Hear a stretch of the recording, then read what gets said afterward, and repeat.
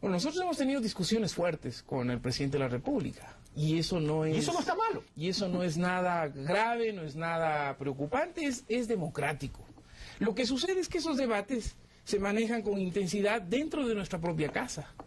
Hacia afuera estamos siempre con una visión de proyectar en la práctica una relación de equipo que trabaja en la misma dirección. Nadie discute que tengan la misma visión. Porque Pero estamos en la misma visión. Es un proyecto político y eso no se puede discutir. Pero permítame ir donde Silvia Salgado, donde ella ha discrepado con el régimen e incluso ha sido destinataria de algunos halagos presidenciales en algunos enlaces ciudadanos. Igual que los suyos, Carlos. Yo también he sido halagado. Pero en todo caso, doña Silvia Salgado, usted es una mujer de izquierda, representante del Partido Socialista. ¿Usted siente que se ha podido, que ha habido un buen clima para poder discrepar dentro de o al amparo de una misma visión? Mire, nosotros somos parte de una función del Estado en donde se expresa esa diversidad política. Sí, está bien. Y obviamente en ese escenario nosotros tenemos que tomar posiciones. Y esas posiciones definen lo que se expresa y lo que se viene expresando en el Parlamento. Un sector de oposición y un sector llamado de oficialismo que puede dar paso a tomar decisiones preponderantes en función de la tarea legislativa y en la tarea de fiscalización. Y obviamente, digo yo, llegamos a un punto en donde tenemos que tomar decisiones y alinearnos. Y en el caso nuestro, el Partido Socialista, nosotros compartimos un mismo proyecto político, pero eso no quita la posibilidad de que mantengamos y expresemos nuestras diferencias ya en la labor legislativa, ya en la labor de fiscalización, pero fundamentalmente en el contenido de las leyes y en la orientación de esas leyes. Igual lo que acabamos de ver en el reportaje, cómo percibe la ciudadanía la tarea legislativa, igual nosotros pensamos, como políticos, no podemos estar satisfechos completamente de una tarea legislativa o de fiscalización. Me he entrevistado varias veces y usted tiene un sabor amargo, ya vamos a hablar de ese sabor amargo que usted tiene dentro de lo que es la Asamblea Nacional. Pero miren en el reportaje que hizo Carlos Andrés, que preparó Carlos Andrés Núñez, una ciudadana dice, mucha discusión y no se hizo nada, sin perjuicio que hay algunas leyes aprobadas. Entonces, y ese 48% que no le reconoce a la Asamblea como el generador de la legislación. Me llama la atención cuando Silvia Salgado, y coincide César Rodríguez, dice, estamos creando una nueva cultura legislativa, ¿sustentada en qué, César Rodríguez? A ver, las leyes en este país se hacían... En nuestro país. En nuestro país. Permítame que le corrijamos, pero tenemos que tener sentido de pertenencia.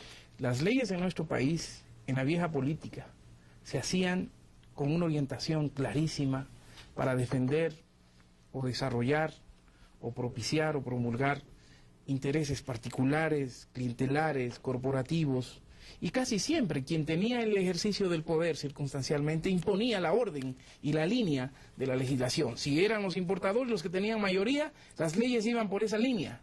Si eran los exportadores, también iban por esa línea. Si eran los industriales, también iban por esa línea. Grupos particulares legislaban en función de sus intereses. Guetos de poder y las leyes reflejaban intereses particulares. Por eso es que leyes fundamentales que se tienen que construir en función del país, no de ahora, sino del país que queremos para los hijos de nuestros hijos, nunca tuvieron la importancia, nunca fueron parte de la agenda diaria. Estamos en este rato tratando leyes que empiezan a remover una estructura que ha estado caduca.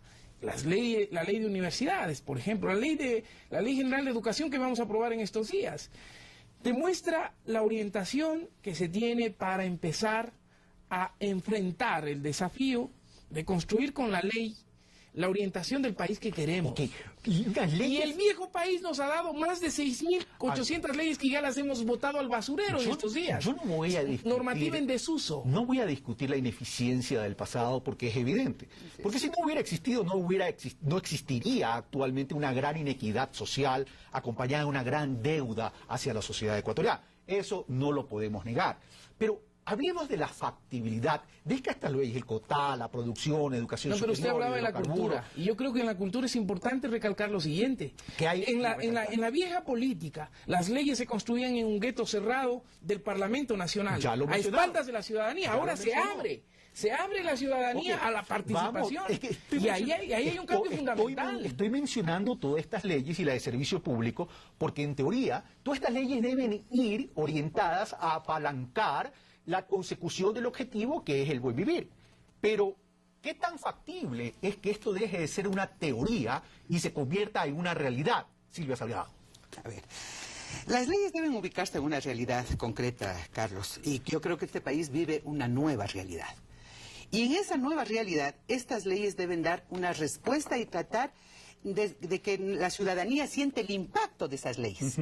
Solo ahí estaremos valorando cuando la ciudadanía siente que lo que hace la Asamblea está en función de sus intereses y no lo que aquí se les repetía, ¿no?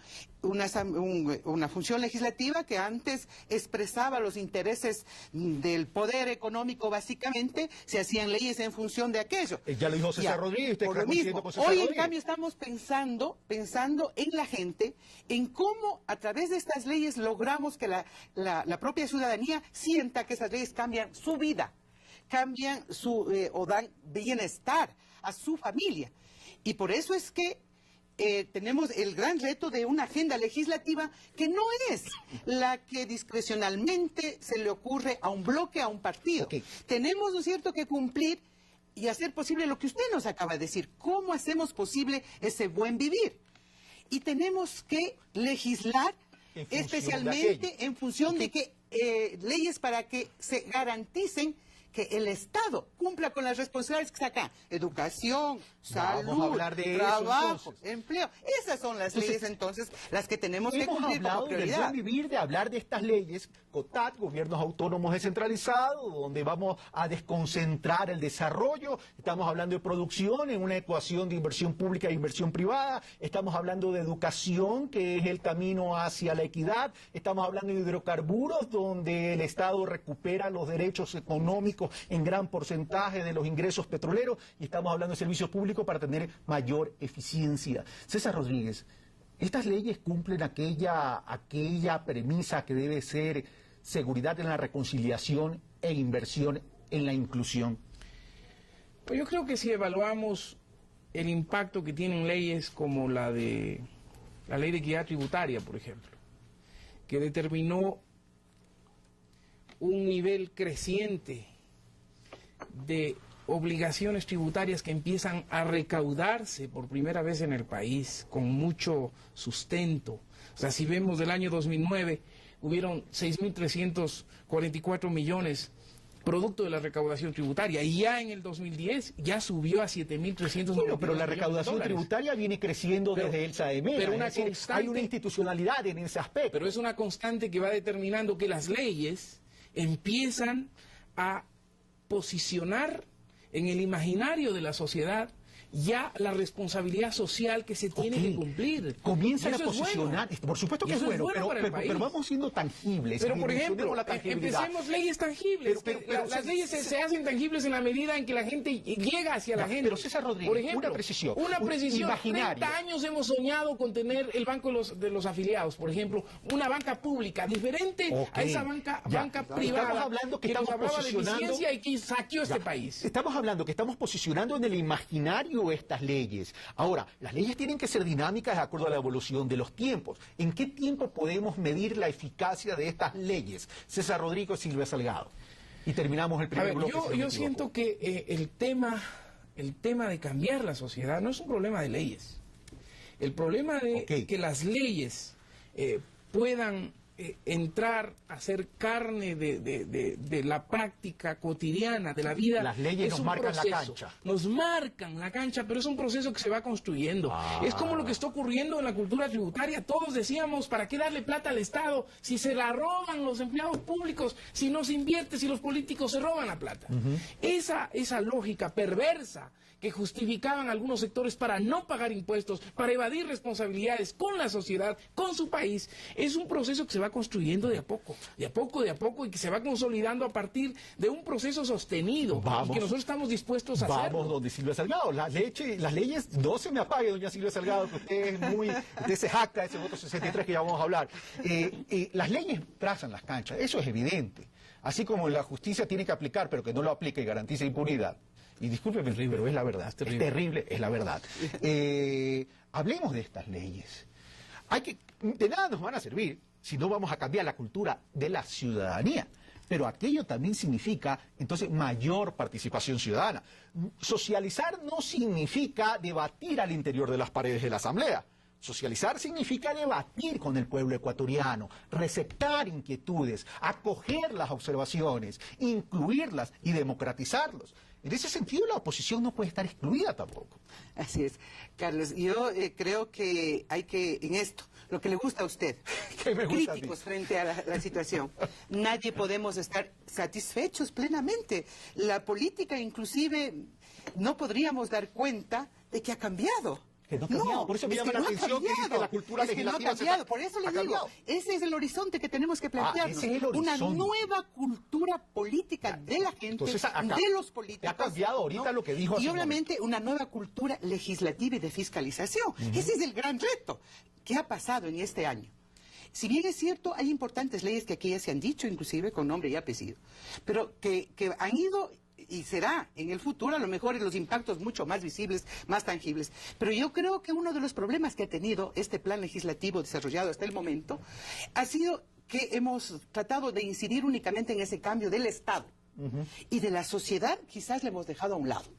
¿Qué pasa? O sea, porque nosotros tenemos que legislar no solo para cambiar el Estado, las instituciones. Sí, estas pueden repercutir en la sociedad, pero en los mecanismos de construcción de las leyes quisiéramos que también den cuenta de los cambios de la propia sociedad. Cuando hablamos de participación ciudadana, de la participación en la tarea legislativa, en la tarea de fiscalización y en muchas otras. Yo creo que ha habido problemas y no podemos negarlos porque son públicos. Los problemas que hemos tenido frente a la ley de aguas, frente a la ley de servicio público, frente a la ley de educación, yo creo que esas son los resultados que hay que plantearlos no como satisfacciones. Cada una de las aprobaciones de estas leyes, sobre todo la de educación, parecía que hubieran ganado el campeonato, que Melec hubiera ganado el campeonato intercontinental.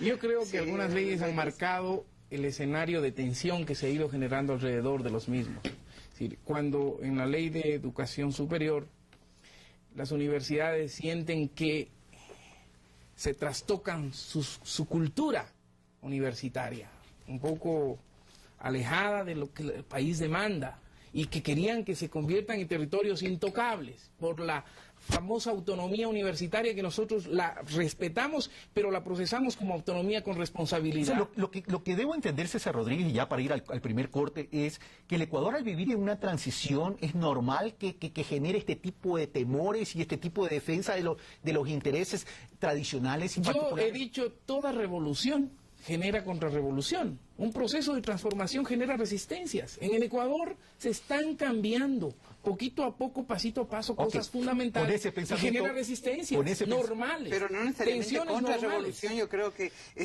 porque nadie que piense diferente. Pensar diferente no es una revolución. Genera golpes de Estado. Tengo que irme a un corte, genera señores. golpes de Estado también. Tengo que irme a un corte, pero me llama la atención que una socialista no le guste la contrarrevolución. Vamos a irnos a una pausa y volvemos. Las diferencias no son contrarrevolución. Aquí, en TC Televisión. Indudablemente.